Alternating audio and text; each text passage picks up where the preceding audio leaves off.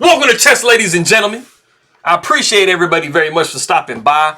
As I start to tell everybody these days, if you do want to skip any of my intro and get right to the action, at the very, very top of the description, just click on that little blue timestamp and it'll take you past it and get you right to the action.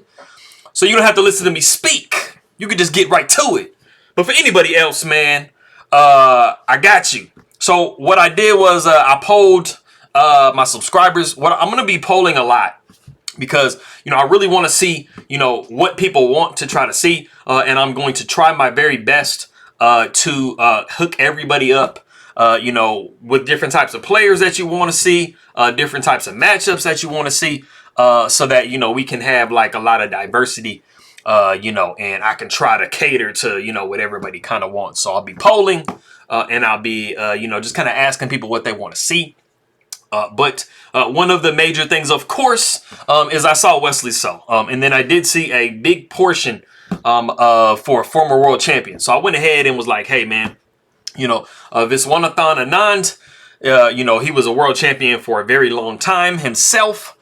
So, why not show Viswanathan? And I did get a couple of new pictures for him versus Wesley So, why not?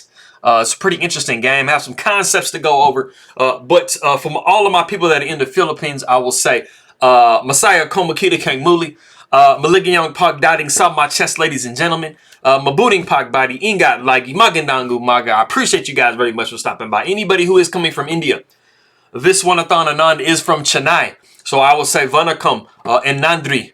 Thank you very much for stopping by. If you guys are ready to go, let's take a look and see what we have for this game. All right, so we got knight to f3. We got d5. We see e3. Knight comes to f6. We got c4. We see e6. We got b3. We have c5. And then we do have bishop to b2. And this is a very interesting name to this opening. It is the English opening, Agincourt. Wimpy system. So y'all like, man, wimpy. It's just really weird how they named it wimpy. It's not the typical spelling, but it just has a funny sound to it. I mean, anyway. This bishop is super great on this diagonal.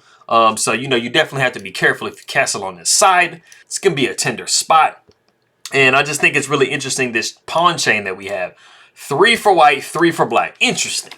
But moving on. We do see knight coming to c6.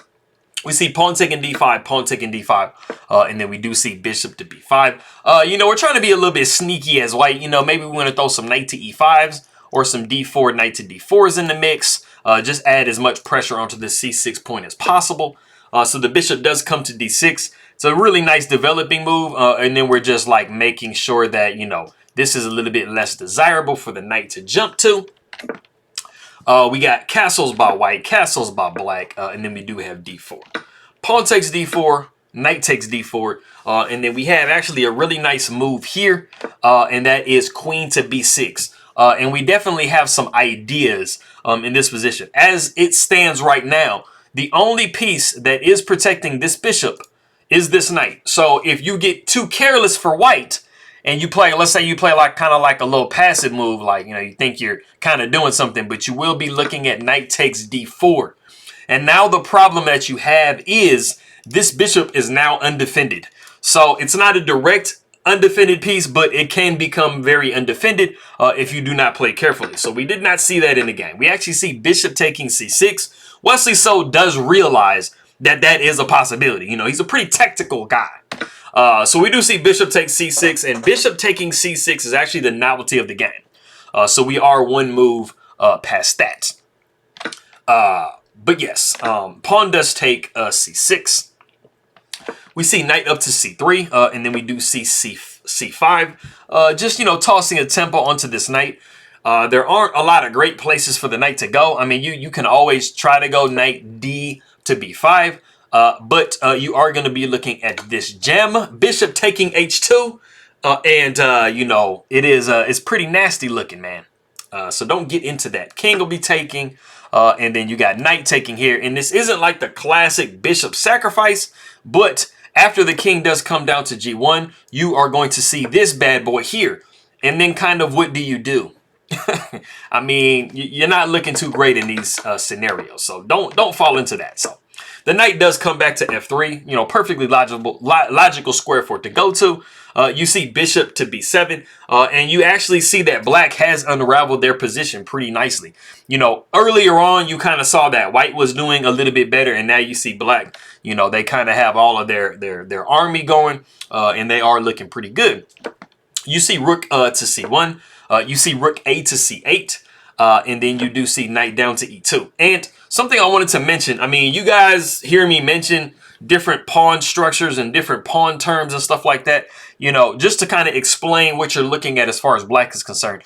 You basically just see a pawn chain here in front of the king for black. And these two pawns are usually known by two different ways. You know them probably more so as connected passed pawns. Well, they're actually not. They're connected pawns. They're not passed pawns right now because you do have this B and this E pawn for white. So usually when you're in a middle game, you call them hanging pawns. The reason why you call them hanging pawns is these two pawns don't have any pawns that can support them on either side. So they're just kind of hanging out there, you know, to dry. Not to dry, but, you know, just kind of hanging out there on their own. And then, of course, this is just an isolated pawn. This is pretty much going to be an isolated pawn at no matter what point in the game. But it can be a passed pawn if you don't have any pawns like this opposing it when it's going down the board. So, of course, if we see, like, you know, these pawns drop off the board, these would end up being connected passed pawns at that point. So just kind of like showing you the difference there. The knight does come down to e4, and I mean, black has actually a really nice position in this game right now. We do see knight up to g3, knight takes g3, pawn takes g3, and then we do see rook f to d8. And black is holding about half a pawn's worth of an advantage just simply because it has this bishop pair. You know, once d4 can actually be played by black, not only will it possibly kind of blunt this bishop a little bit, but you would just activate this bishop, and so you have these bishops kind of shooting all the way down to the king side. So you definitely have a nice advantage due to the fact that it is an open position with bishops. But it's not, you know, like black is just automatically winning the game. You see queen up to d2. You see bishop back to e7, just trying to maximize, you know, the influence of these rooks. You know, also you do have this rook opposite this queen, which is something you hear me talk about a lot. So the rook does come up to c2. We see h5, and then we do see rook f coming to c1. And, you know, Wesley So is trying to put as much pressure onto this as possible, maybe even swinging a bishop to a3 type situation. Or, you know, well, no, we're not going to sneak the queen here because the bishop coming here is going to knock that out pretty nicely. So we do actually see a rook down to c7. And super tactically, we have reached a point in the game that if you do want to pause the video and see what move Wesley So finds in this position, there is a very good reason behind this move, and it is by far the best move in the position. Go ahead and pause the video and see if you can find the move that Wesley So plays in this one.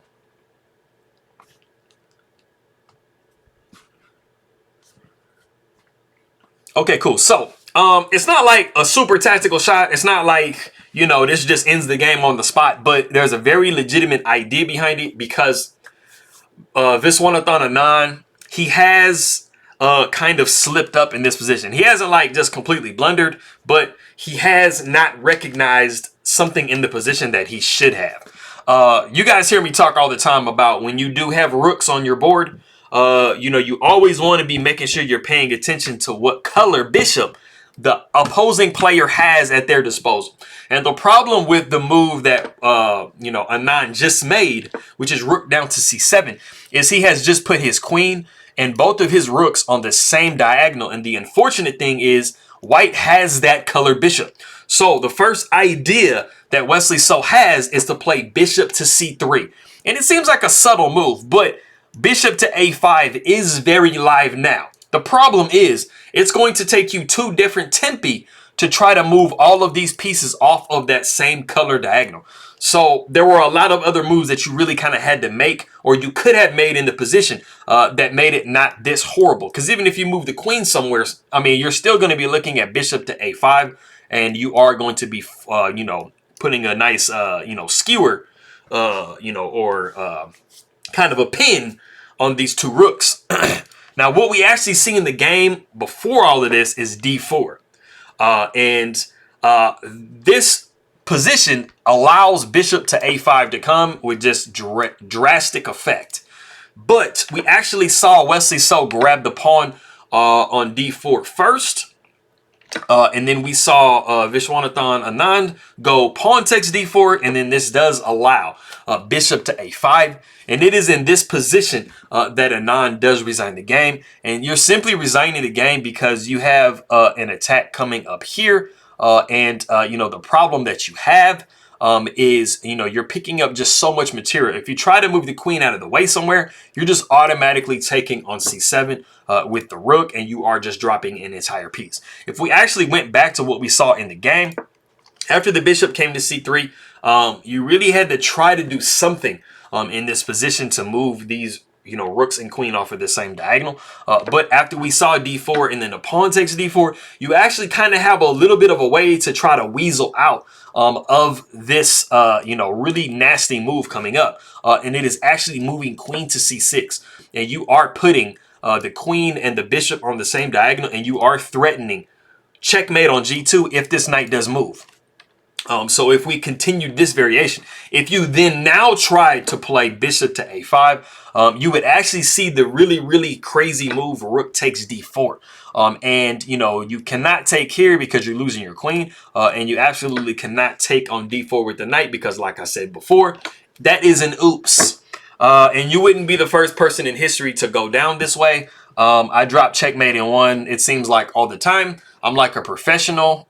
Like, they just haven't given me my title yet in dropping checkmates in one. So that is that game. Like I said, it was a pretty interesting thing, but I think that's something that everybody can kind of learn. I'm going to go ahead and just show this from the black perspective. You know, if you are black, you know, before you make this rook to c7 move, putting all of your major heavy pieces on this same diagonal, you have to be thinking, what does my opponent have? So you should automatically be thinking, man, okay, these dark squares, literally anywhere on the board, they should just tell you that there's danger, you know, floating around. And so, because like I said, this dark square bishop is very active. So you have to make sure that you are, you know, you have to be in the mind frame of like, man, I'm working on the light squares. Automatically, that should be your mind frame when you're playing against your opponent who has a dark square bishop.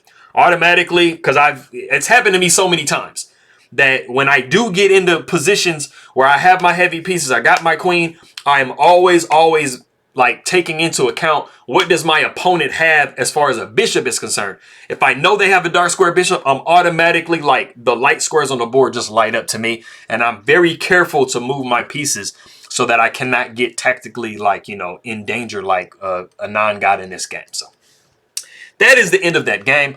I appreciate everybody very much for coming by. I'm going to go ahead and do these good mornings for my people in the Philippines. Let me see how good I am at doing them. It's been a while. Maanyong buntag, maya na agahan, naibag na biga, masantos ya kabason, marhe na aga, buenos dias, maayong aga, mapia na uma, kapian kapung no dios, I think.